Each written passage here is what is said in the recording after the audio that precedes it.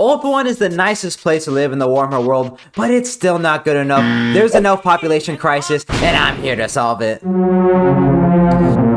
Starting from the heart of Avalon, Alarielle the Radiant, I'll be taking her and her cohort of handmaidens around the entire world, spreading a bubblegum pink mist, slowly corrupting the entire world in 6 stages, where Alarielle will go from the Ever Queen to the Ever Bop, as Tyrion sits in the corner and watches, just like normal. As always, I'll be playing with all settings cranked up to the max, and if you love this juicy content and want more, make sure to drop a sub and check out the Discord. Tyrion, she's busy little bro, so it's time for me and the Ever Queen to start this campaign. We enter in the donut and it is looking beautiful today. Alarielle as well. Seems like we got a little starting mission. One of Alarielle's most favorite handmaidens, Valari, is captured by the Dark Elves. I need help. So we need to go to Evershell and save her ass. And she's ready to take those Druki down. By the way, the Gain Veil is looking magnificent. As we fight our first battle against the starting army, it's a pretty light work army. So I just take them out, get some cav charges, shoot them with arrows, and we end up winning it pretty decisively. Moving on to Torso Roar, the first settlement, we're gonna have to fight this one manually, but again, it's another easy battlefield since the Avalon are pretty damn strong. You can see we have a unique building here, the World Entrance, where we're gonna be able to recruit some Avalon Dryads to help out Alarielle's melee prowess, and we'll also get a Lord to further increase our power. Continuing on, and we take out Evershell there, and we save her. Barry's rescued. She's looking a little worse for wear, but at least we have Barry. She's wounded, so we won't get her right away. We're gonna have to go take out a Slaanesh army in the meantime while we wait for her to recover. Her handmaiden Cialari laying in bed. She's not feeling too well, but give her a couple weeks and she should be okay. We push onto the Phoenix Gate where there's a big stack in there. I don't think I can actually take out that stack. Maybe I could, but I have a better strategy. No, not that. I'm gonna let them attack Alarielle's army, so they attack me, valiant defeat, and I retreat so they can get lured into the second army I have. Oh, yes. Yes! You've fallen for my trap! So I lure them into this Lord, and I'm just gonna let him die, to be honest. Like, some of you may die, but it's a sacrifice I am willing to make. And next turn, I'm gonna be able to attack that gate, -1 army, which is much easier than attacking 2 full stacked armies. So Alarielle's gonna be able to fight this one manually, and we should be able to get it done. Starting off, we'll get the Dryads to storm the walls, we'll send the Treekin and the Spearmen up through the front gate. All of our archers will be continuing to rain down the Hellfire, while Alarielle just kind of stands there for moral support. My cav does get bugged out on the gate though, so I can't actually move it at this point. WCA never fixing the gate bug. CA said they fixed it multiple times. That shit is not fixed, but it's okay. The Alien Reaver cav, I was gonna replace it anyways. It's not that crazy strong, so if it dies, it dies. Game is game. As we just rush the walls with just tons of Dryads. The Dryads are pretty strong in the early game. They're one of the best like lower tier troops you can get. Even better than Bleak Swords, which are also a really good unit. But mine are better. They do have AI cheats. Both Alarielle's healing. We're able to win this battle pretty decisively. Capturing the Phoenix Gate puts us in a position to either attack Nakari or attacks the Scourge of Cain, that one orange Dark Elf faction. I'm going to start off attacking the Scourge of Cain because getting the Sword of Cain would be quite strong. And we can see that Slaanesh does have a full juicy army ready to counterattack us. So I want to make sure I take this nice and slow. I can't actually reach that main Dark Elf settlement right away, but that's fine with me. I can go in a camp stance, get some replenishment from that last battle, and we'll take it out next turn. Over the end turn though, it seems that Slaanesh was not content with just sitting and watching, and they send in their juicy army at me, and they actually steal one of my spearmen with their unique mechanic, which is pretty damn annoying. So I went into this honestly thinking like, Come on, man! That's too easy! Come on, I'm War God, I got this, light work. So I sent a Larry and my bunch of my Dryads just in like a normal formation. I'm not sure how Dryads for Demonettes will go. I guess we'll find out very soon. But I mean, it should be okay. We have magic attack, non-AP, but they don't have that much armor, so it should be okay. And as we get into the front line, we can see they're all colliding. We put on the Rampage spell. By the way, Valari, she has a unique spell. Basically, it's an AoE Rampage. She can place wherever she wants. But my Dryads are just getting demolished by the Demonettes. It's not even close. I did not think they'd get destroyed this hard. And it's already going terrible for me. I can already see the writing on the walls. I mean, literally the Dryads. I'm already lost 2 Dryads and we're like 30 seconds in the battlefield. Like, what the hell is this? Alarielle's trying to pop whatever spell she can. And I'm also trying to snipe the heroes. Maybe I can get them and get back in this. But the Furies are coming in my back line. And it looks like there's some Chariots too running through my Dryads. And things are already gone to shiesty really fast. Even a Secret Charge comes in the back. I did not see that one at all. I didn't even know I knew how to attack from the back. But apparently they do. Maybe it's those Slaaneshi genes acting up.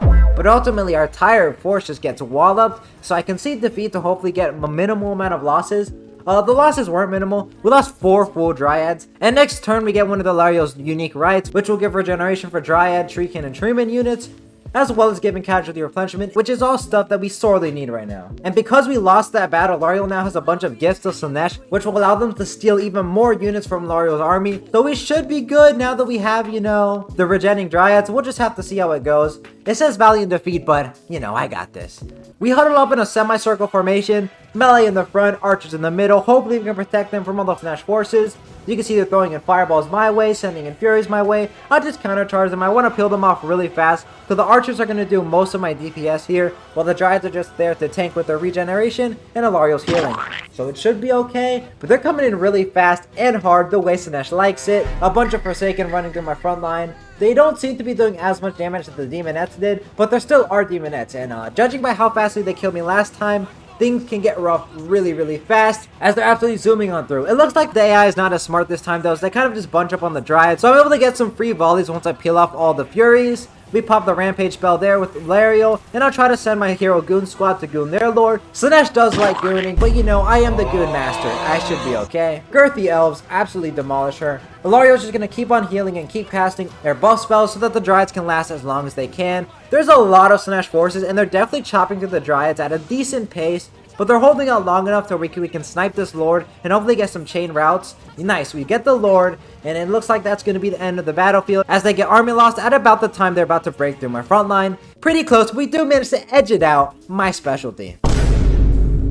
And boom, that's going to count for us winning our first mission, which is to win a battle against the Slaanesh race. And that will advance our progression stage in the event the battle's aftermath. Slaanesh is attacking Alario's forces. They're in the trees. There's like a purple smoke in the air, and Alario gets separated from her forces. And while she's separated, a greater demon ambushes her, stabs her in the back. And just as things are about to get really bad, a giant plant grows up and pierces straight through the demon, killing it on the spot. Now, Alario doesn't know what this plant is. Obviously, Isha is like the life goddess, but it's never quite confirmed if this is her or not because she's not speaking to Alario. So she approaches the plant cautiously.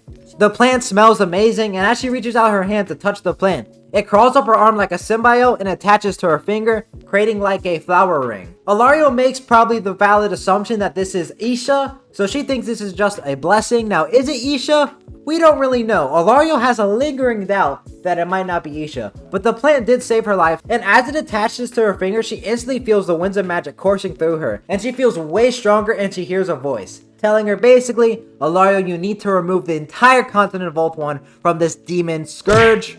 And I'm going to give you the power to do that through this plant. Just keep it on your finger and it'll continue to grow and grow until you have enough power to absolutely obliterate Nakari. Alario then passes out and she has a bit of a sus dream about Tyrion. Who knows what that was about? She wakes up and she's back surrounded by all her handmaidens and sisters of Avalorn, protected by her army, and they've won the battlefield after killing that greater demon.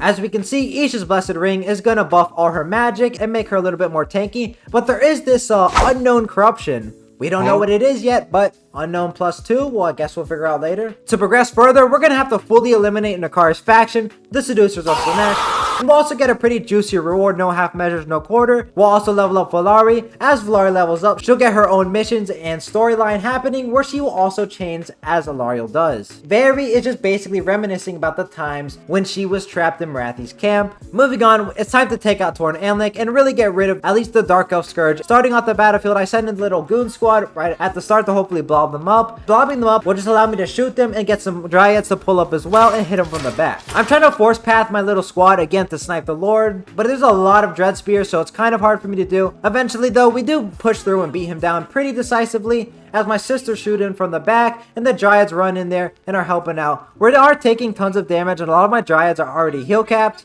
as they took so much damage from the last battle with no replenishment, and just through bodies and bodies we're able to get through before able to win the battle. My handmaiden barely gets sniped and Alario is literally on 1 HP, so things were really close. I lose the handmaiden sadly, but luckily Alario does manage to keep her life, and we take Tor Anlek. A really big win for us. It's going to allow us to have a foothold against the Slaaneshi forces, and I'm going to make sure I finish off that Slaaneshi army we fought earlier, because you can't leave Slaanesh hanging or else bad things are going to happen.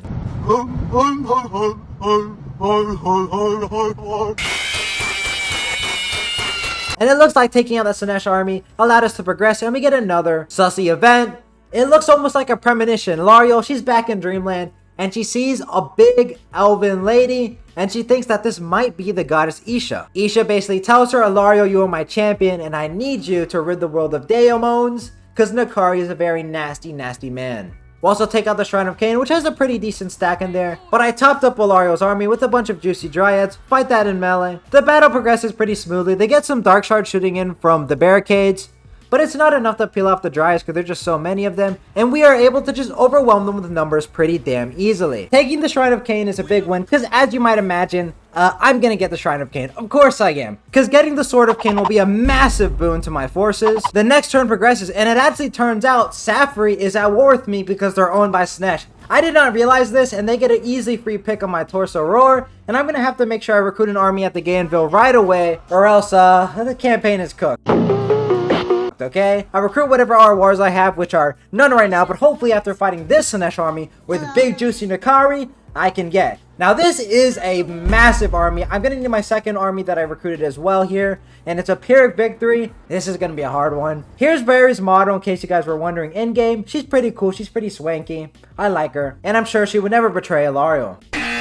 Nakari goes feral right at the start of the battle, and he immediately heads toward Ilario, which, man, I understand, to be honest, if I saw her like that. But Nakari, you have to chill out, my brother, as he takes a face full of arrows, and he might be taking them, but he's not taking them well enough, because he's taking some heavy shots.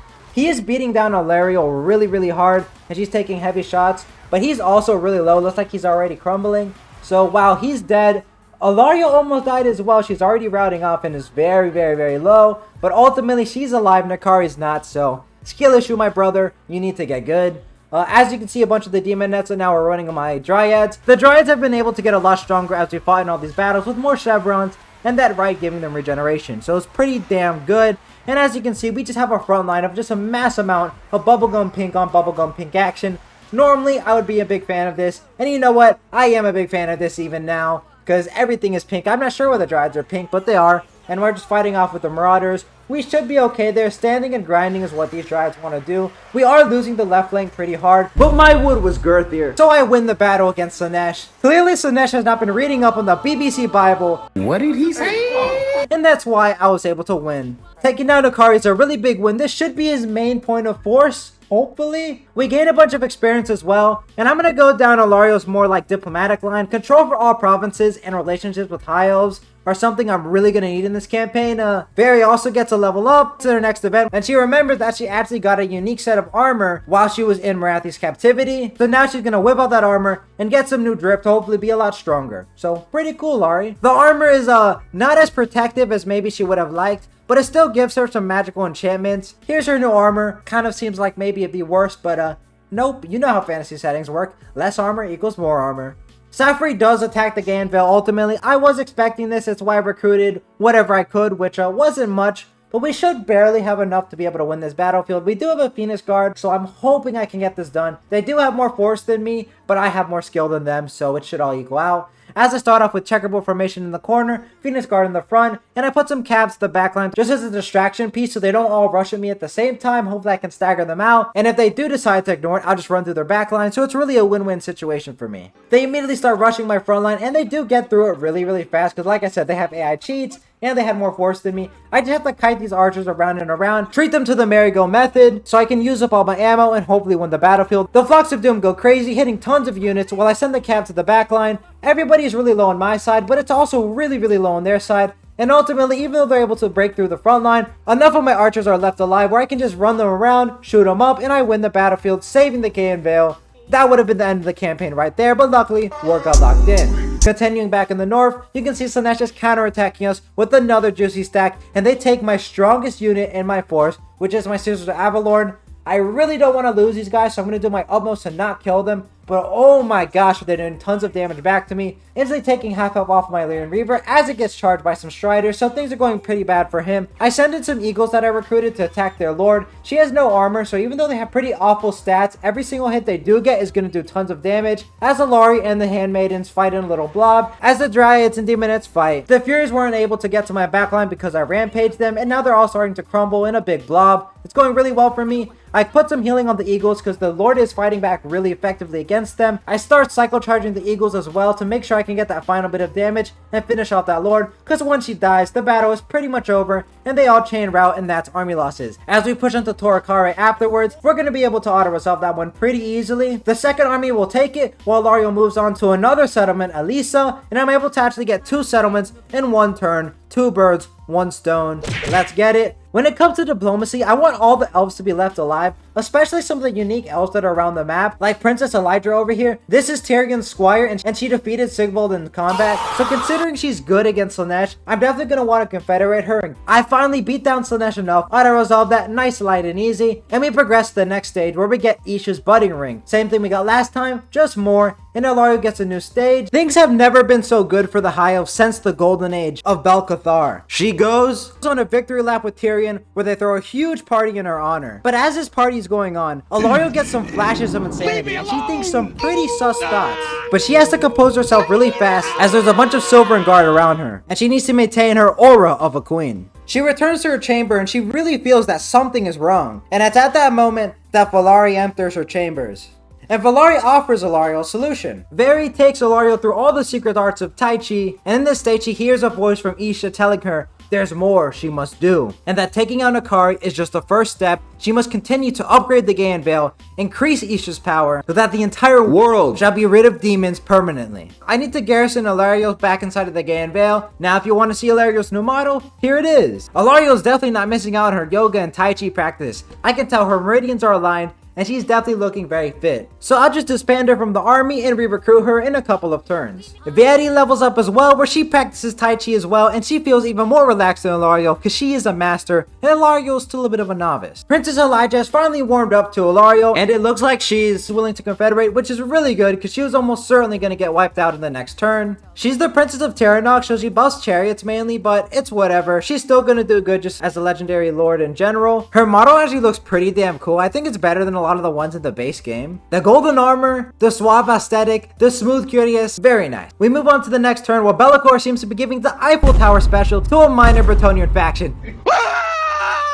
Vari and Ilario keep practicing their secret breathing techniques and are channeling in the ki from the air. I get a defensive alliance with the minor Bretonnian faction to make sure that no nasty men like Be'lakor come after them. I will not stand for this 445 activity out of Be'lakor. Well, I was actually coming out here to pick up a cupcake and then go back home.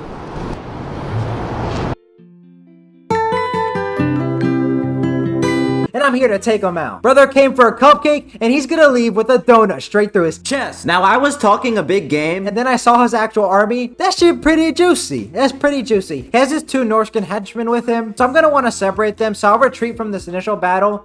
Tyrion is actually a homie and takes out Sathari for me, so I don't even have to deal with them as they take out their final settlement, Tosaror. Bye-bye. Silastra, though, is trying to find the pirate booty, apparently, because she's taking out Tor Anlek and just harassing me. Why is this fat ghost over here? She needs to go do something. How is a ghost even fat? Really, that's the question I'm trying to ask. Like, you're a ghost, you have no mask, and your ass is still fat. Crazy work. Be'lakor 445 attacks Princess Elydra. We need to keep him off the streets, but he's got a really strong stack. It says only valiant defeat, but all his units are cheated, so the bloodletters are going to be stronger, and they're already really good against dryads, along with the Hell Cannon and Spawn. Starting off the battlefield, I'm going to need to take out that Hell Cannon because it's getting free shots into my dryads and my archers, and obviously that's just not going to be tolerated, so I sent in my little flying goon squad to just constantly cycle charge it. As Be'lakor tries to stop them, some pink shoot in, but luckily the eagles are so fast I'm able to cycle charge, pull out, cycle charge in again, and ultimately I'm able to blow up the Hell Cannon to allow me to just maintain a defensive position without getting harassed. Be'lakor 445 immediately lands on my dryads, going in by himself. Apparently he really thinks he's that guy.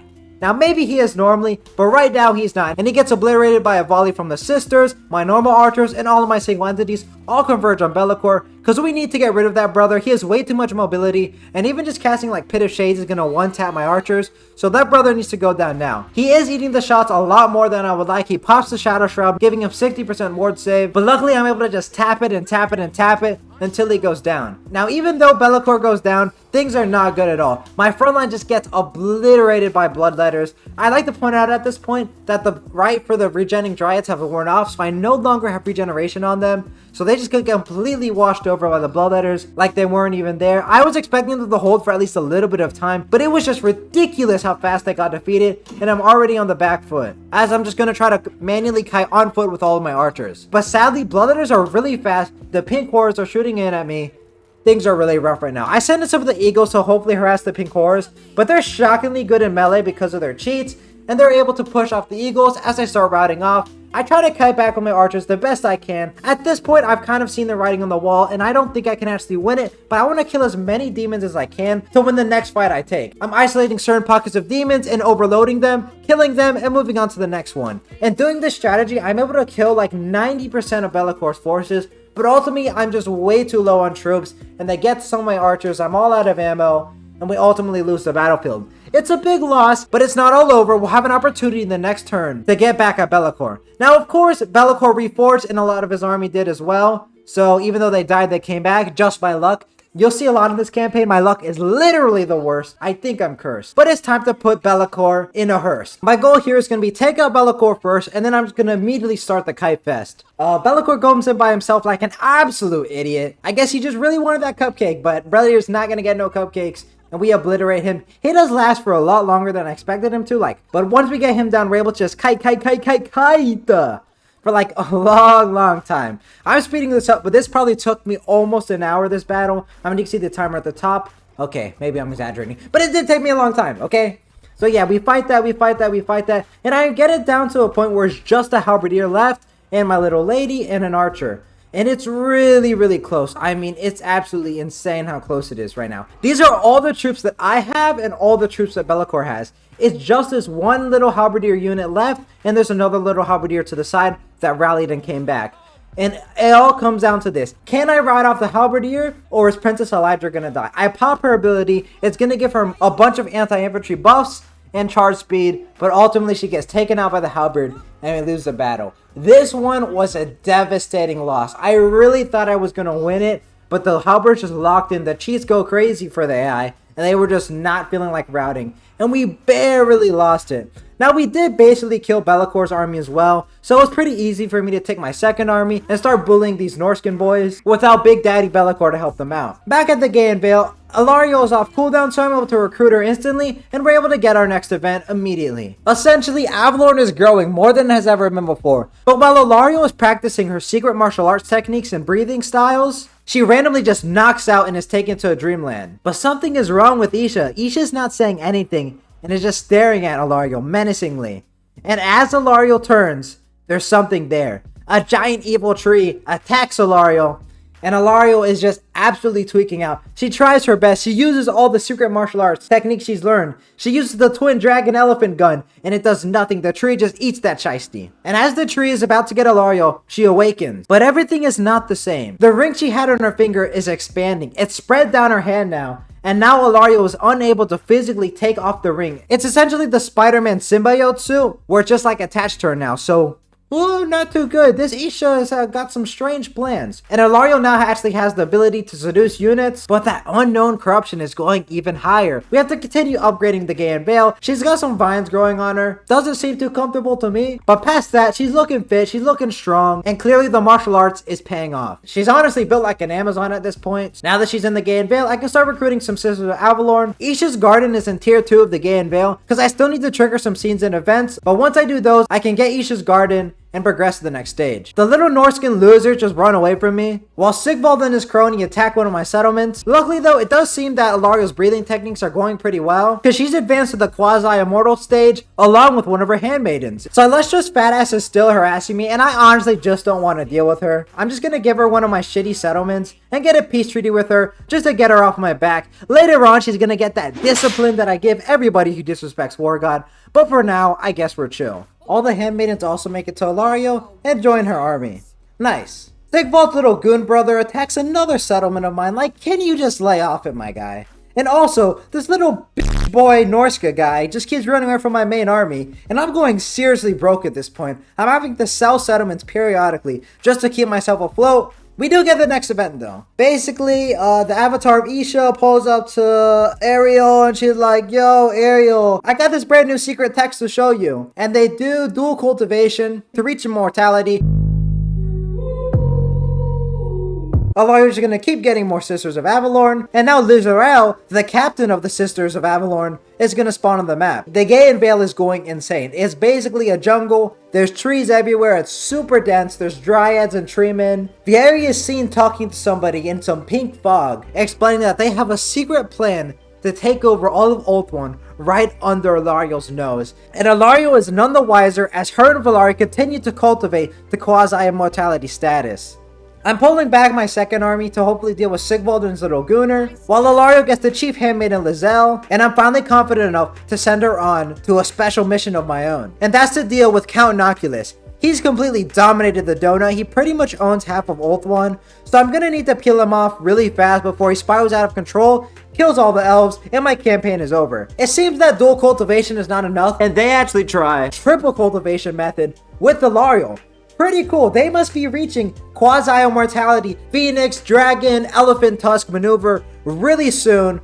I've been trying to increase my relationship with all the elves to hopefully get a confederation, but it still seems like Altharion or Tyrion are not about to confederate with me anytime soon. Hopefully me starting to beat down on some of these pirates will help improve that relationship though. So they pull back 2 of their own armies to hopefully defend their lands, while Alario gets ready to bring the fight to Noculus with their brand new Sister of Avalorn stack. Now this is a big fight and it says decisive defeat, but I think they're not wrapping Alario and her handmaidens well enough. It's a forested battlefield, which is really good for us. It's going to mean they're not going to be able to get clear line of sight or shoot any of my heroes, so I kind of just put them all in a little hero squad and send out my sticky white ball, and then I cast another sticky white ball, dealing even more damage. 2 balls, better than 1. And you thought that was it? No, I actually have 3. The doctor still can't explain it, but that is the last bit of magic I'm going to be able to cast for this battlefield.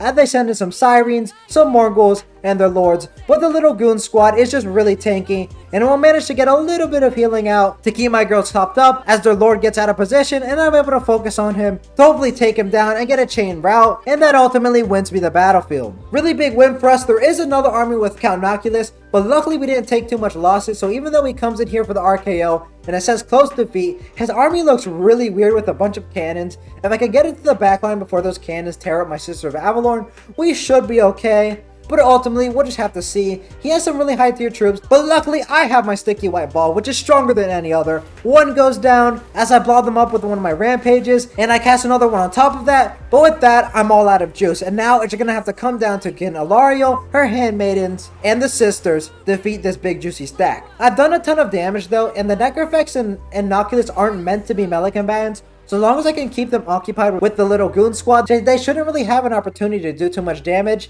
And it ultimately works out really well for us as we pull out the Sister of Avalorn, as all their troops are distracted from a rampage I cast earlier, and we just absolutely obliterate them, lighting up the sky with the fireworks. Cause I'ma bust them up, until Tyrion ain't a cuck. Boom. And we win the battlefield. Loot gained. I like that money. We were super broke, so that was a sorely needed boost to my coffers. But luckily, I was just able to auto-resolve this one pretty easily with no losses. My second army makes it to the Shrine of Cain, where I pick up the Sword of Cain, because he's going to be fighting a lot to save all the elves from utter destruction. I redeclared war against the Fat Ghost. I'm also going to send him to continue pressing on Soilustra. The Gaean Vale is progressing nicely, and it's only 1 turn till we get to the next stage. The grass is green in Avalorn, and the trees grow tall, but there's an odd pink mist in the air, and the Dryads are not as they once were. The Dryads are a little bit more sus, more human-like almost. And the trees, what the hell is that tree doing? The trees, they do get a little bit freaky at night. Something is definitely off here. Larry upgrades until Lario the Bountiful. We're gonna have to continue upgrading the Gaean Vale to get that advanced progression stage, but it says the grove's true nature will no longer be hidden from the Asuran and Tan in your rest if we get that next event. That's pretty ominous. But I don't really have anything to go off of, so I'll just have to see what that ultimately means. She's clearly taken the one with nature approach, trying to really get deep and connect with the Mother Earth. Ulthuan though is still not doing too great. The inner ring of Ulthuan has been breached. Drycha actually ends up hearing about what's happening in Avalorn. Drycha decides to actually pull up through the world routes and appears in the Gaean Vale. Now Ilario leaves Drycha to Vieti to take care of, but Vieti does not take care of her. Vieti does something else. She starts leaking a purple smoke into Drycha's room that slowly changes her as we push on False Anvil, and this should be the last settlement that the pirates actually have in Oath 1, so once this is gone, Oath 1 should return to Elf Utopia. Princess Elydra, I recruited a bunch of Sisters of Avalorn in the Gaean Vale, and I brought her down, and now I'm going to combine her and Ilario's armies. Belle Ethanel makes it, auto-resolving her settlements, looting and occupying, getting some money that we sorely needed. After a couple turns, Drycha's changes are really starting to show. He's completely changed, nothing like the Drycha before. Now I'm not gonna lie, the Drycha before was pretty bad, but this new Drycha is even badder, which is kind of crazy. And now Drycha is super amicable with the elves, and she's willing to work with Ilario and all the elves to further Oath 1's society. And Drycha's gonna confederate with our faction. Drycha's settlement of the Griffinwood, when I confederate her, it gets blown up, but I at least do get the heroes that she had. So Drycha has her own corruption mod, which I'm definitely playing because I love Drycha. Top 5 character, honestly top 3. I love Drycha so much. I'm definitely gonna be playing her campaign later, but for now you kind of get a sneak peek with some of her legendary heroes. So immediately I'm gonna recruit Drycha in the Gaean Vale and get her some of those Dryad units, which obviously she hyper buffs. I'm just gonna continue to recruit Dryad. I get some branch rates as well from the Gaean Vale's unique building, stick them in Drycha's army, and I recruit some unique Dryads called the Brave Dryads. These are basically just normal Dryads with the Mark of Slanesh, so not too much of a difference, but they do look a lot different, which I'll be showing you a little bit later, at least as much as I can. Belithanel takes out the final settlement of Soilustra. It's a close victory, so I'm just gonna auto-resolve it. Soilustra, never open that fat yapper of yours again. Go on a diet, take some Weight Watcher pills. Bye-bye. On a normal day like any other, Ilario finds out some distressing news. She was saving her double chunk chocolate chip cookie for later, and it's so tasty and good, and Ilario wanted it so badly, but one of her handmaidens actually stole and ate the cookie, and this absolutely pisses Ilario off. I don't know if it's the bubblegum pink in the air or the plain ring on her finger, but she just absolutely loses it on this handmaiden, so she hits her with her special move, the plant whip, making sure that she never steals her chocolate chip cookie again. What's more impressive than that though is the fact that we finally made it to the Galleon's Graveguard. We've taken a bunch of attrition on the way here, but now that we've made it, the Count Noctis's time is up. I want to increase the odds in my favor, so I'm going to take Count Noctis's mortar here. If I allow this to shoot at my sisters, it's going to do tons of damage. Starting off the battlefield, I blob up all my single entities at the front to hopefully delay them and put them in a staggered approach while I hit them with my sticky white ball. I set up my sisters of Avalorn in a checkerboard formation, lighting up any little zombies that get too close. Sisters, I make sure to heal up all my girls, making sure they're nice and healthy. I cast a rampage to make sure that all those guns are in combat with my single entities as opposed to shooting them, decreasing their damage output by a whole load. I do have some net spells as well on my handmaidens, which I'll be casting on the zombies to make sure that they can't actually reach my sister Avalorn line, because I have no front line. It's all Daka, all power. The mortar is shooting in, the scissors are shooting in, and things are going pretty good. Some zombies are reaching their front line. You can see some of my sisters getting completely obliterated. Hopefully it doesn't get fully wiped out. I try to cast a net there to make sure that they can't keep pressing on me, because they do a lot more damage than I was expecting for just basic zombies. Guns at the end of the day, one bullet through your skull and you're cooked. The mortars are kind of obstructed, so I move them to a better position. Thunderbolts go down, zombies keep pushing me, it's an unending horde. Eventually I actually have to pull back the sisters because the zombies have pushed so much, so I'm going to start kiting just a little bit. The sisters are kind of hybrid infantry, so they can fight off for a little bit. So I just kite and pick down the zombies slowly but surely.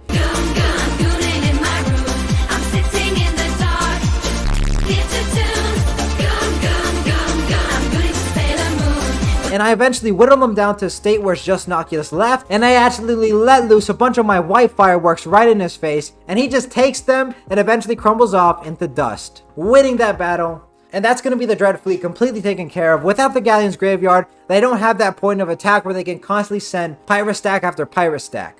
Valari also gets an upgrade, which gives her another event. Again, it's just another massage session, but this time it's more of a memory of what happened when she was trapped in Marathi's camp.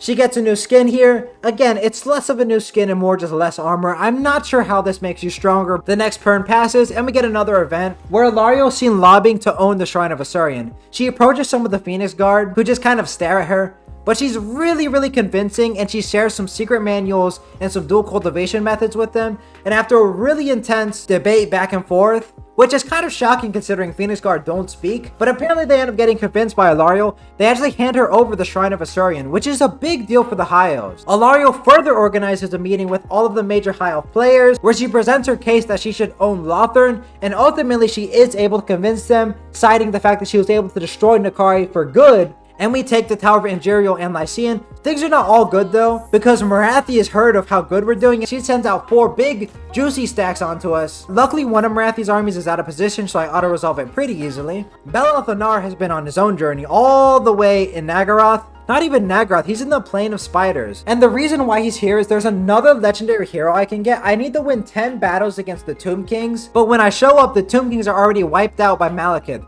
and all of Marathi's main armies move onto the mainland and are ready to attack Baal's Anvil. I do have a lot of force of my own, and Tyrion here to support me, so we're going to be in for a huge battle of elf on elf violence. Some may enjoy this, but I don't enjoy this. I want to see the elves together. It's a Pyrrhic victory that's going to be hard fought, so let's run it up. Starting off the battle, it's not me, it's Tyrion. And you know, I'm fine with Tyrion taking a bunch of this damage. Hopefully Marathi beats him so badly that he wants to confederate with me, so I'm just going to kind of let him get his Doonies beat down for a little bit. As my reinforcements come in, I'm able to get them in pretty good positions where they just lay down laser fire from the sky. Forces, I also got some flame tornadoes coming down, breaking down some of the dark shards, which have really high damage output. My handmaidens are harassing the backlines as well. I want to make sure that none of Marathi's range are able to counterfire at me, because they're the ones that are going to have the most damage output. The sisters are doing good though, just constantly just shooting volley after volley, laser after laser. But for every one I destroy, there seems to be another that appears. Archers coming in from both sides, a melee fight going badly for me, so I'm actually losing that fight as the Dark Elves continue to push through. But it luckily seems that there's so much missile fire we're able to destroy the bleak swords that do manage to break through. As Ilario comes in, hits a backshot on this Hydra, and the Sisters of Avalorn pull up and just start laying waste to the Dark Elf forces. AP, magic attack, fire attack, all things that add up to complete domination as we take out this Dark Elf force and we ultimately win this huge battle. Tyrion dies, but did we really care about him in the first place?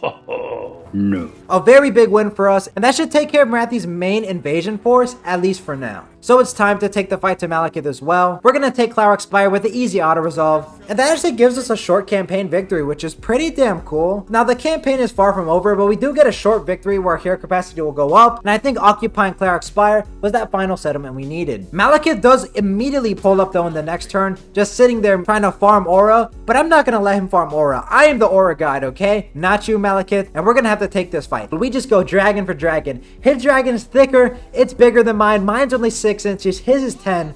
But ultimately that doesn't matter because it's not about the size of the sword, it's how you use it. And we're fighting really evenly, especially with the help of my archers poking in at him.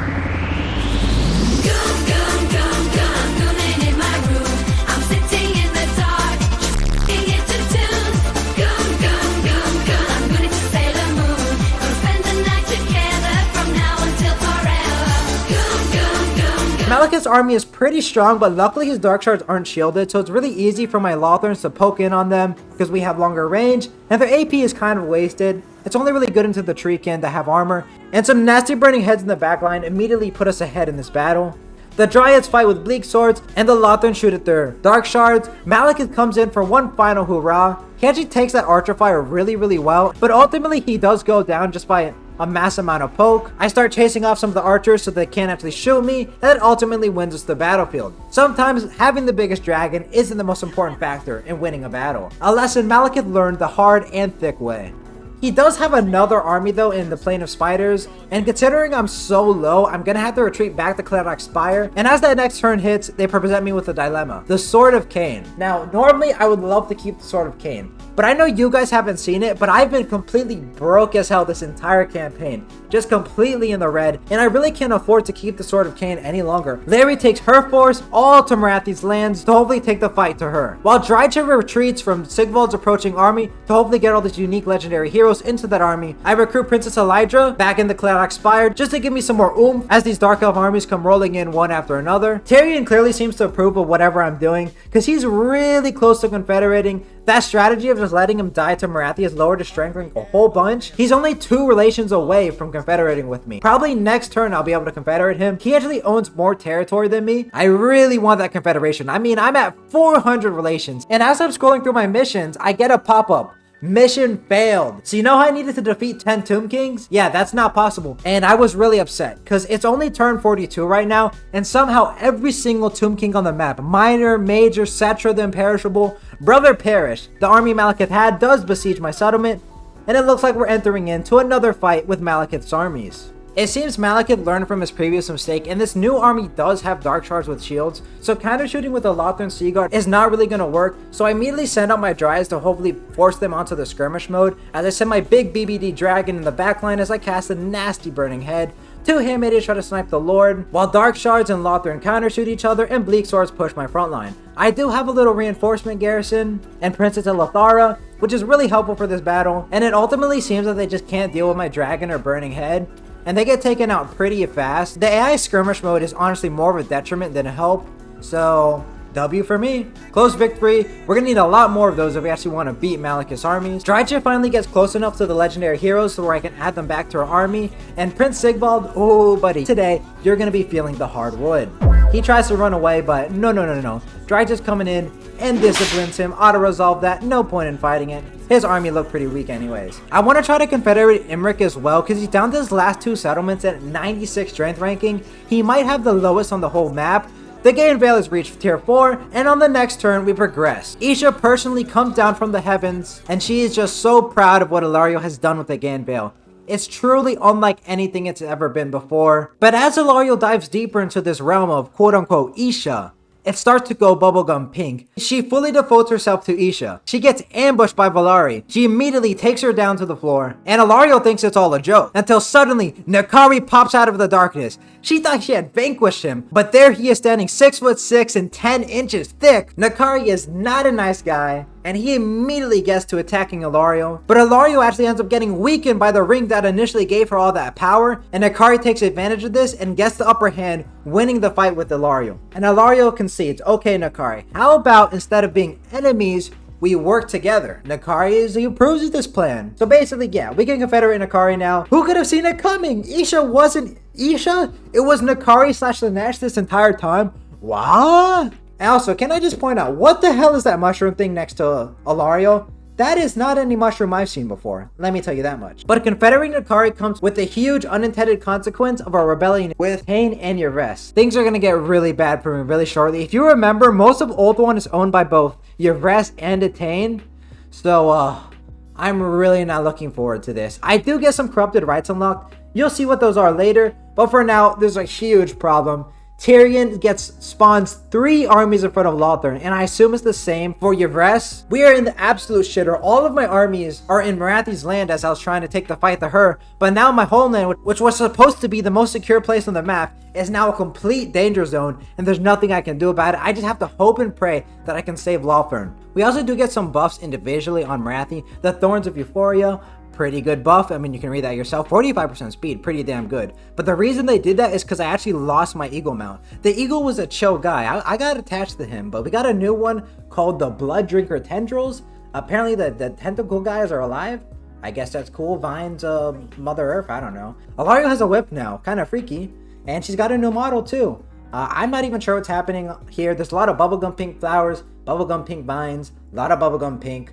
It's like my second favorite color, so cool. I like this new Ilario model as well. It only gets better and better, baby. Now, how does this thing actually make up for losing my mount? It gives me immune to flanking, melee attack, and it gives me plus 200 mass depending on how many kills I get. 100 armor up to as well. Ilario's already pretty dang thick with triple C's, but this is about to be on a whole nother level. We're gonna have to go to like 10 C's at this rate. And again, to get to the next stage, we just gotta keep upgrading the Gain Veil. Upgrade, upgrade, upgrade. That's all it knows. Corruptor of Old One. Whoa, a little bit saucy there. What is Nakari doing? I don't know. Mr. Nar comes back with a little Sineshi army here. One of Sigvald's goons is right next to it, so that's pretty damn bad for me. Luckily, Drycha is right next to it, so I'm going to send her to reinforce the army. And wow, just look at that. 70% of the donut is owned by Tyrion and Yves. Things are really bad for me right now. Tyrion is strength rank 2. Yves is probably like strength rank 3. So I don't know if I'm going to be able to win this one, but hopefully with Nakari's help, it'll be okay. Even the armies that I took with Ilario to fight Marathi have rebelled on me, and Ilario's gonna have to fight what were once their allies. They do just run away though. Seems like they don't want that smoke. Still back in the desert, Malekith keeps sending army after army. I don't know why Malekith thinks it's gonna work this time, but hey, it's his final little gambit. Let's see how it pays off. And I get a nasty burning head, absolutely runs through them, just like your mother got ran through. I continue circling my dragon princes around the shades like a shark. I want to constantly have them on the move, never give them an opportunity to actually set up and shoot back at them, because one good volley from a couple of shades is going to cook this dragon prince. Overcasted piercing bolts of burning comes down, immediately eliminating 2 more shades, and as we speed on through the battlefield, things are just going amazing for us. I really don't know why Malekith thought that if he sent the same strategy 3 times, eventually it was going to work. Is not how that works. Maybe for gambling it works like that, but not for this battlefield. And we're ultimately able to get the win pretty comfortably. And that was Malekith's last main resistance. I think the rest of his armies are all the way in Nagaroth. I decided to vassalize Alethar the Swiftwing. I end the turn and let's see exactly what Tyrion decides to do. Besieges one of my settlements and takes a big juicy army. By the way, what the hell is that army? They are so strong, goddamn. While he leaves 3 armies besieging Lothern and another army in Attain retreats into Marathi's settlements. Yvresse comes and attacks Angeriel and takes that settlement immediately. Eltharion also sends another stack to reinforce and getting ready to attack me with 5 armies in total. That's intense. Nakari actually gets a unique trait, the Demon Everking. Pretty cool. And look, even Nalariel's unique trait has changed. Now it's no longer good enough to just have the elves owning Ulthuan. Either Marathi has to own Ulthuan, or her has to own Ulthuan, or the High Elf faction has to be vassalized. Back in the fight against Marathi, I pushed her into Arnheim, and I'm able to get a pretty easy Pyrrhic victory against Marathi, showing her who the true Everqueen is. And the money I get from this, I'm definitely going to need for the rest of my battles. Dracha pulls up on Sigvald's little goon buddy, and we attack him. A Pyrrhic victory, so we're definitely going to have to fight it in melee. First, we have Grippy Draika. I don't really know what to say about her. She's purple, like Thanos. Plant Lady. What the hell are they feeding the plants? This Plant Lady is absolutely gutted to the gills. Broccoli Head. She's a broccoli head. Not much to say about that one. Yeah. Ariel of the Gat. I mean, damn, they really upped the slider on her, huh? I mean, that shit is like, brah. And the unique Depraved Dryads. Like I said, their stats are pretty much equivalent to normal Dryads, but they look a lot different, and they look really good too. The first thing I wanted to test was the Snake Lady's unique attack, and it's very cool. It's like the Shopti Great Bros attack. It's like air-breaking missiles. I don't even know, but it's super cool. I don't even know what the hell she's shooting, but it clearly does tons of damage into infantry. I'm not sure how it would do into single entities. I'm assuming it'd do a lot worse, but into infantry, that's pretty damn good. Good job, Thick Snake Lady. Or she's not a snake, she's a plant, I guess. Anyway, I'll just use it to harass at the start of the battlefield, get some free damage, why not? Free is always nice. And she's absolutely wrecking those marauders. And as they come in, I pop up big dollars of below. Skin will charge on my dryads, I'm gonna countercharge them. Dryads have magic attacks, a little pretty good in that fight. And you can see we just blob up. One of my heroes seems to have like a spawn summon ability like Morgor. I have no clue how this works, but we do have a temporary Nurgle spawn, which is gonna help me just be way more survivable. And you can see the hero squad is absolutely clearing house. I have so many spells and abilities, I couldn't even tell you what they were. When we play the Drycha campaign, I go into everything in much more detail. But honestly, I'm just having so much fun. This Drycha army, there's just so much happening. It's great. And the Norskins are getting absolutely mollywopped. Even the Dryads are absolutely putting in work. They're taking some good damage back from the Norskins, but ultimately we're able to win it pretty easily. Way too much girthy wood for them to handle. Go back to Norska, little bro. She's busy. We get a unique hero. I'm not sure what that's about, but okay. What's more important though is we got our saber ass back in Lothern because, oh man, there's a lot of armies here. Falls Anvil, again, is besieged by 2 armies. I try to reinforce whatever I can with a little dookie stack, but it's not much. Now the main fight that I need to win is Nakari versus these 3 girthy armies. I give Nakari the absolute best items I have from every single character of mine. I make sure this brother is kitted out to the gills. I give him all the R-Wars. I give him all that juice. And I even gave him some words of encouragement that he is 10 inches in thick. So hopefully that's enough. Now, I do have the Seduce ability, as you saw earlier. I think the best unit I could use this on is a Sister of Avalorn. They have the most DPS if I'm just able to keep it alive. So I think that's what I'll be seducing to hopefully give me just a little bit more of a chance to win this battlefield. I mean, they have 3 hyper elite stacks, more like 2.5, but I only really have 1 stack, like 1.5 maybe, so I don't know. We'll just have to see how it goes ultimately. I know this shit's about to be fun. I can't seduce any more units, it's only the sister, so let's get right into it. Nakari is pretty juiced with the guild, so my first plan was like, I'm just gonna harass them, try to stagger them. Staggering the AI is one of the strongest strategies in this game. If you're able to just get them in a staggered force, especially when you have an archer-based army, you're able to kill one and move on to the next one and not get overwhelmed. So that was my plan, but the High Elves have so much elite cap, they quickly surround Nakari Nakari and the Phoenix, and we get trapped and things get really scary here. I try to whip them, but it's not enough, and ultimately the Phoenix gets stuck, and I'm only barely able to pull Nakari out. I try my damnedest to pull the Phoenix out, but he ends up routing before I can get there. A big whip comes down. Come on, whip, escape. No.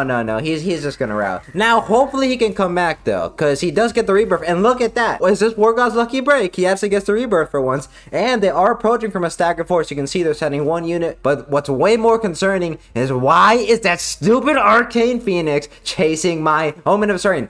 I didn't even know the AI could do this. Why are they never chase units off, literally ever. Why are they chasing off and it goes off the battlefield? Yeah, I was absolutely livid at that point. I was like, I've literally never seen that before. Also, it was just like so far away and had so much leadership and HP, and that brother still wouldn't rally. Like, come on, bro. War God, I can't catch no goddamn breaks. Anywho, one thing that's going good for me is the dragon comes in here. I guess he thought he was a star dragon. Brother is not. He gets absolutely lit up by archers, and even Nakari comes in to smack him in the face, makes sure that he knows who the king is. We get some cap too.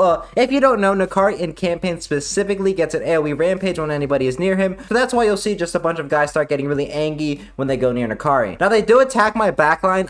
Again, the AI this time is playing real smart, smarter than normal, and they actually flank my backside. I was not expecting this, and I really only have Nakari to hopefully peel off these lions. Nakari can get healing if I fully eliminate troops, so that's my goal here. Kill these chariots in the back line, kill the cab, get his HP back, and run back to killing some single entities and charging through infantry. We'll see how that ultimately works out. My front line is holding pretty good so far, and I roll my Lyran Reaver Arwar again to keep staggering them. I want to make sure they don't attack me in a big chunk. I want to do one by one so my archers have as much time as they can to shoot, but the cab they got in my back line is doing way more damage than I'd have liked. That was a really big misplay for me. Again, I just wasn't expecting the AI to actually be, smart enough. These brothers are usually stupid. Now, Nakari does ultimately peer off the chariots and the cab, and he's able to get some HP back because of that. Now my archers are free to fire, and I'm going to make sure I pull back some spearmen and my Lyran Reaver cab and Nakari to hopefully prevent that situation in the future, because this enemy army has tons of cab, tons of archers. They really have literally everything in the army. There's nothing they don't have. They land a Phoenix in the middle of my archers. I just turn on his ass and shoot him. I'm not sure what he thought was going to happen there. Hopefully he doesn't get his rebirth. That would be pretty damn annoying. But I have Nakari really close, so even if he does, Nakari will finish him off. I start pushing up some of my infantry, because obviously if the AI is running or in combat, they're not going to be shooting. And I need every bit of HP when I can muster, so I make sure to push them back so my archers have space to shoot out whatever they want to. They leave their dragon just flying over my troops, so I'm like, that's free real estate. I just shoot him with all my archers. As he starts to take damage, he decides to go on the offense and lands on Nakari. Gets a big hit on Nakari. I'm going to want to run away. Can Nakari beat him with archer support? Yes, but he would be so low if he did that. So I'm just going to pull Nakari through my spearmen to hopefully get to better position. And once I do that, I turn around on him and hit him with a big Wit Stealer Sword buff sword. And if I kill him again, Nakari's going to get more healing. But I have to fully finish him off to actually get that healing. It's the only way he can. I'm pushing back a bunch of archers into the trees where they have really bad line of sight. A nasty Pit of Shade goes down right onto my Phoenix Guard and spears again. The AI is playing really good today. I'm trying my absolute damnedest. There's a lot of micro in this battlefield, so much stuff happening. We're playing a large army, so we'll see what happens. I got my archers again. They're finally in a good position to be shooting, but every so often, like a random cav will come to the back line and take out more and more archers, which is really not good. Nakari is absolutely putting in work though. He's getting shot by sisters, but he dodges them. But there's just so much infantry still coming in. Despite me staggering them, they just have such a strong force of just hyper elite Phoenix Guard, Swordmaster, Silverin Guard that it doesn't matter even if there's one, because it's so elite. My archers are all focusing and can't kill it. Even the dragon rallied and came back, because of course it did. You know how War God is. Everything that can go wrong will go wrong. A nasty electricity ball goes straight through, eliminating one of my archers fully. The sisters are shooting him. Some infantry finally gets on my archers. Nakari is absolutely trying his best. The dragon lands. Nakari gets some big hits. It looks like he's going to kill their main lord, so this will give him a little bit of a leadership penalty, but it really doesn't matter. This is high elves that already have super high leadership, elite units, and they have cheats giving them even more. Pretty much every unit on the enemy side is unbreakable, and the sisters continue to shoot in Nakari. They know what the main threat is. I gotta say, I'm a little impressed with the AI right now, CA. Just a little bit though. Another cab comes on my backline. I try to get Nakari to peel it off. Eventually, a lot of my units start dying, so I get my reinforcements coming in. My reinforcements, some Lothern and some Cab. Cab is really good. It's a high skill unit, but if you're able to use it well, it can get lots of value. You can see I immediately sent in the backline against some Lothern, hopefully just clearing out all the archers that have the most DPS in this game. They also try to peel off the infantry, but they're just so thick. They get a good initial charge, but then they get trapped up, so I have to pull them back to cycle charge. I'm trying to take out whatever I can. Anybody that gets caught lacking, I send the Cav instantly and Nakari to finish them off. Nakari's almost heal capped at this point, so you can tell he's been doing absolute numbers. And Kari has really good charge animation, so he is able to run through infantry and almost be treated like a chariot and fight single entities. He's actually really slept on Lord in the game, and while he's doing that, the Cav just continues to cycle charge. I try to run into some spears though, which ultimately doesn't go too good, but there's just so much force. I can't deal with all this. I feel like I kill one elf, and there's 20 more on the way. Like, you said elf population crisis? I don't see no crisis here, bro. There's too damn many of them. They need to get their population revoked. What do you mean by that? Nakari is trying his absolute best. There's a big juicy blob over there. Hopefully Nakari can come over there like a big bowling ball, knock them all down, chain route them. That's the goal. We'll see if it works out. Cav is doing pretty great in the backline, though my macro is still up to par. Nakari does get a big charge, and he is wrecking them, bro. He terror routes pretty much that huge blob of elite infantry, but the problem is they're not actually routing, they're just terror routed, so they will come back really soon and have to do enough damage to make sure they continue to route. But they have such high leadership, they rally pretty much right away, which again is really bad for me. I get more Cav for my reinforcements, so that's good. At this point, I felt like I was coming back, and Nakari is sniping another Lord of theirs, level like 23 on horse, which is a little weird, but Nakari is absolutely obliterating her. And again, the more BOP we get, the better. You can see most of my archers are out of ammo or dead at this point. I feel like I've done most of what I could do, and I continue trying my best. There's some rangers that come in from the reinforcements, and we get a nasty Cav charge. It finally feels like we killed that wave of infantry, but another is just there, man. Like, I killed one, it's just so damn many. There is some spearmen that get caught locking though. Nakari pops his little debuffs, charges them, then the Cav will charge them. Hopefully that tear routes them off, but again, I kill one and another is on the way. My archers are finally in a safe position though, where they're able to just shoot in and get as much value as they can. I send some Cav on a distraction mission into the backline to again just stagger them out more, because they're coming out way too thick and hard right now, and that is not what I'm about. The real scary thing in this battlefield is the Phoenix Guard, because I can't really charge Nakari or the Cav in there, because they'll get obliterated if I leave them for even like a half a second. They're gonna take way too much damage, and we're already running on absolute fumes. I have no reinforcements at this point. What you see on the battlefield is all I get, and they still have a little bit of reinforcements left, so yeah, it's rough. I did kill their Lord, but a Swordmaster and a Phoenix Guard are getting way too close to my archer line, and I don't have anything to stop them. I have a Cav, they charge in and do almost nothing to the swordsman. Nakari charges into the Phoenix Guard. I need to run him away though. Again, if he stays there and fights her just a little bit, he's dead. My distraction Cav gets caught by a Dragon Prince that the enemy had, and things are going to really bad. We have done tons of damage to them. While we're running on complete fumes, basically any unit we've killed in this campaign is fully dead because they have such high leadership they don't really break.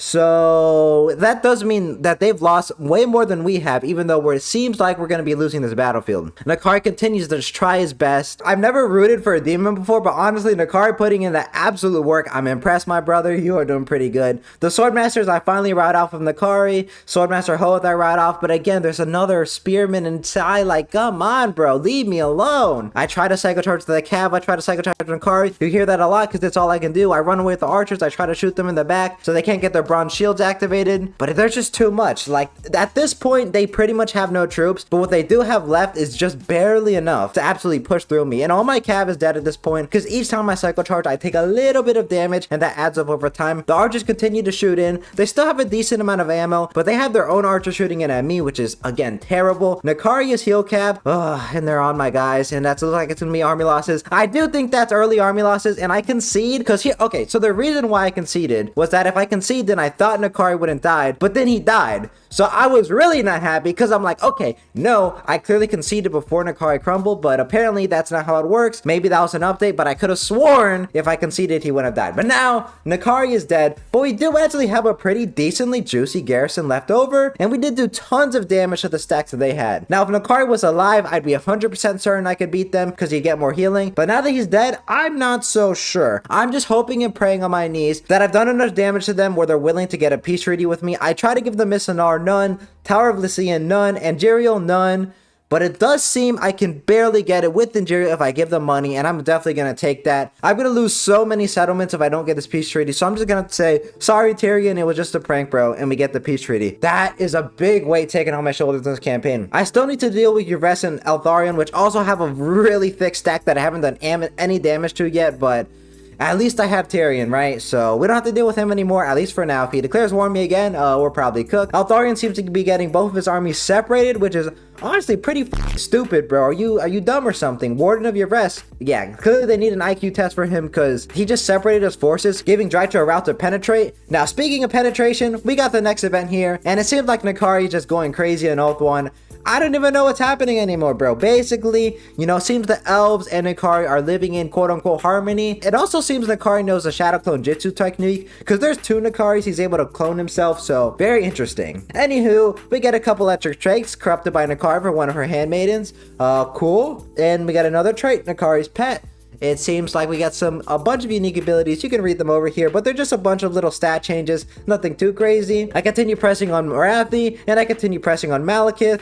When we return to Lothern, I've used my influence to recruit a Dragon Lord. Again, he buffs dragons, makes them cheaper, and allows me to recruit them in 1 turn. So I'm going to start getting a Sun Dragon stack to hopefully deal with Lotharion. In the south, while in the northeast, Drycha attacks the Yves armies that were separated like absolute donuts. Now, even though they separated, they still have tons of force. I think it's about 3 stacks around there. More like 2 and like 75%. But again, it's just a lot of force. It's a tree battle though, which considering we got a lot of that hardwood, is going to be pretty good for us. A lot of their large units are going to be getting stat debuffs, and obviously all the dryads have the woodsman ability, so they're gonna do pretty good here. I just send them in and I run as fast as I can. I don't want to let them shoot at my dryads at all, especially the Sisters of Avalorn. Fire and magic is amazing as dryads, considering they have fire weakness and physical resistance. My hero squad, I take it to fight the dragons and the treekins they have. I make sure to keep them topped up with healing, helm of discords, the electric balls into their backline. The trees are where we're most strong, so this battlefield's really good for us as we continue to pressing on them. The hero squad is absolutely obliterating the dragons. We're taking some damage back, but luckily we have some really good healers in this army,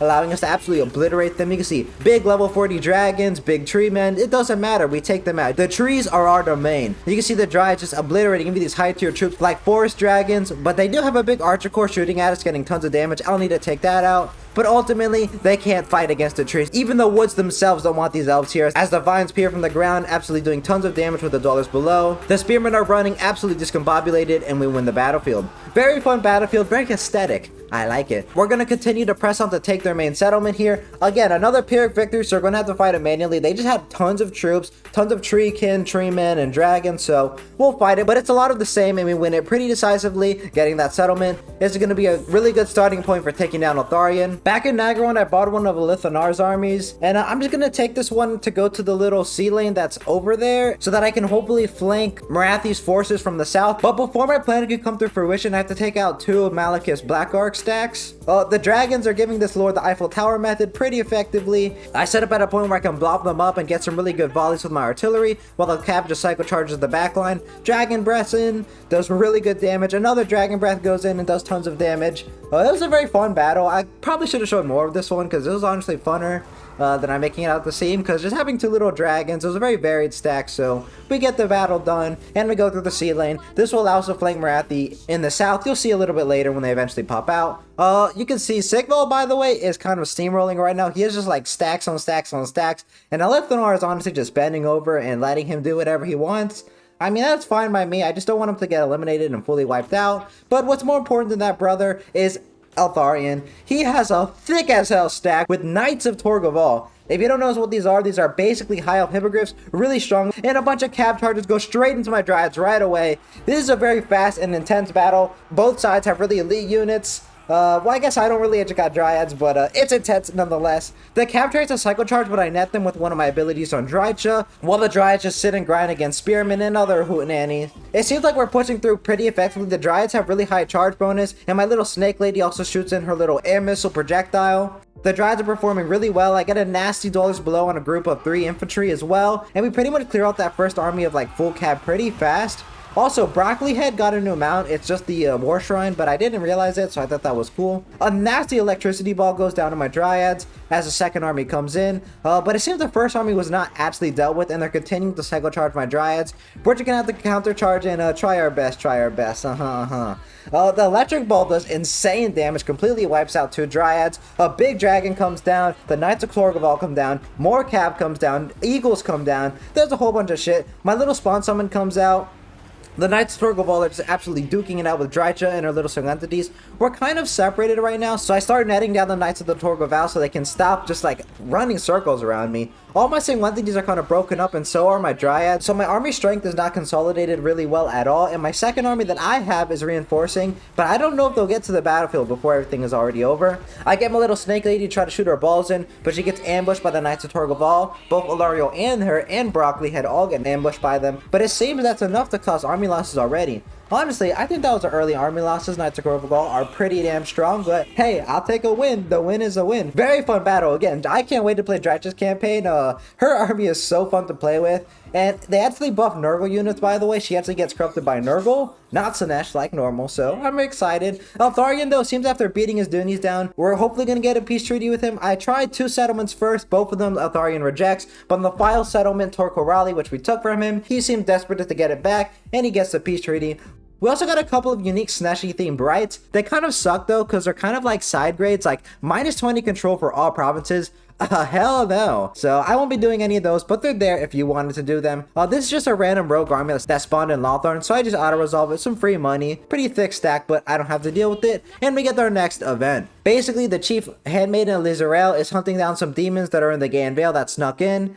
And she's hunting them down pretty effectively. There's a bunch of them, and she's really wondering, like, how did so many demons leak onto the Gaean Vale? And that's what she sees. That, oh no! Vieti and Ilario are actually buddy-buddy with Nakari. They're actually practicing their magic skills right now. Nakari's actually showing them his magic techniques. He seems to be pulling a rabbit out of a hat. So that's pretty interesting. Pretty cool. I didn't know Nakaria knew just conventional magic like that. Lizarel sees this and she's pretty upset. And she goes to confront Nakari, Ilario, and Vieti. Or it's not Vieti, it's another one, but just a handmaiden, bro. Like, come on, there are too many goddamn names. I can't remember them all. Essentially, what happens though is as she confronts them, Nakari wants to convince her that he's just a good magic practitioner. And it's actually just, you know, normal magic. So he gets his assistants, the 2 demonettes, to help Lizarel find the trick behind Nakari's magic. They show her that one where you go inside the box and you split the body.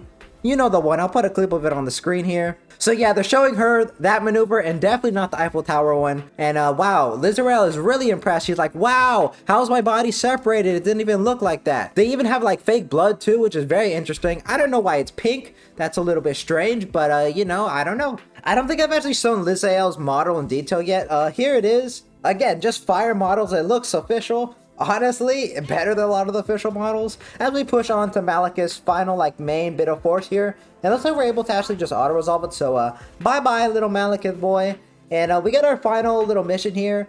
Basically, the handmaidens now get to see the magic trick. And there's a lot of magic. Whoa, so much magic is going everywhere. And we do it. Now, we got a new trait, Mortal with Ecstasy, Corruptor of Old One, only Chaos Aligned actions, and Vassalized Elves will allow Ilario to get buffs now. We're going to Confederate Imric here. Things are going pretty good after we're finally able to weather off that big tide of High Elven forces onto our mainland. Imric now has a dragon stack too, obviously, so pretty damn strong. Moon Dragons, Sun Dragons, Big Phoenix, Ilario pushing onto Marathi. Elspeth, I'm trying to get that trade deal. She still doesn't want it though. Cult of Pleasure Marathi, you see that army from the south we got in the sea lanes. We're attacking your main settlement there. Pushing on the Soldier Tor. This is pretty much going to be Marathi eliminated. It's our last main stack, but I want to make sure that she knows who the queen is, so I'll fight this one manually. Starting off my goon squad, absolutely goons Marathi. Honestly, I wish I could be there in person to see that Shiesty, but ultimately, you know, she gets taken out pretty damn fast. My scissors that I've learned at this point, by the way, are really, really cracked. Lizeo buffs their range and missile attack, so yeah, they're kind of crazy. They have like 200 range. It looks like literal, just like a waterfall of arrows, like a flaming waterfall pours down into enemies as they try to approach.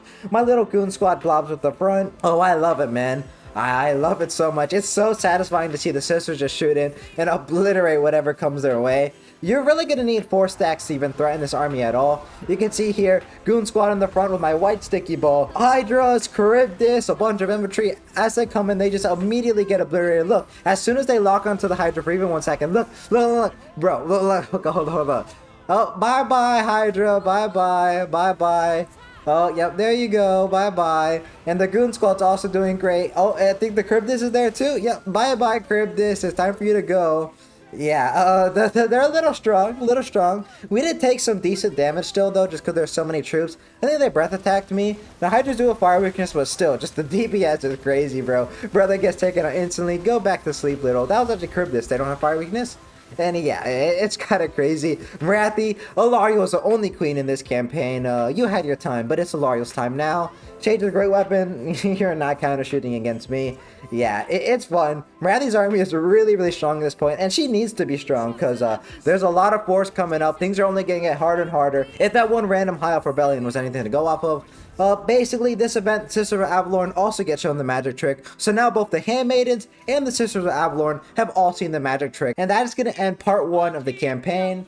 Now there is going to be a part 2 where we finish this campaign, and I assure you, there are some major tricks coming up. I don't know them yet. I haven't recorded it yet, I'm going to be honest. But there's some major tricks and turns coming up. I've been guaranteed by the mod's author. So I hope you guys really enjoyed. Like, subscribe, join the Discord, support me. There's some links there, you know. You can find stuff if you go looking for all the questions that I know you're going to be asking in the comments. You can go looking if you go searching, I promise you. I really hope you enjoyed. This was a really fun campaign, a lot of work, so any support you can give me, I really appreciate it. And I will see you next time, because nobody loves turning Warhammer more freaky than me. It's my genuine passion, baby. And the mod authors, you guys are peak.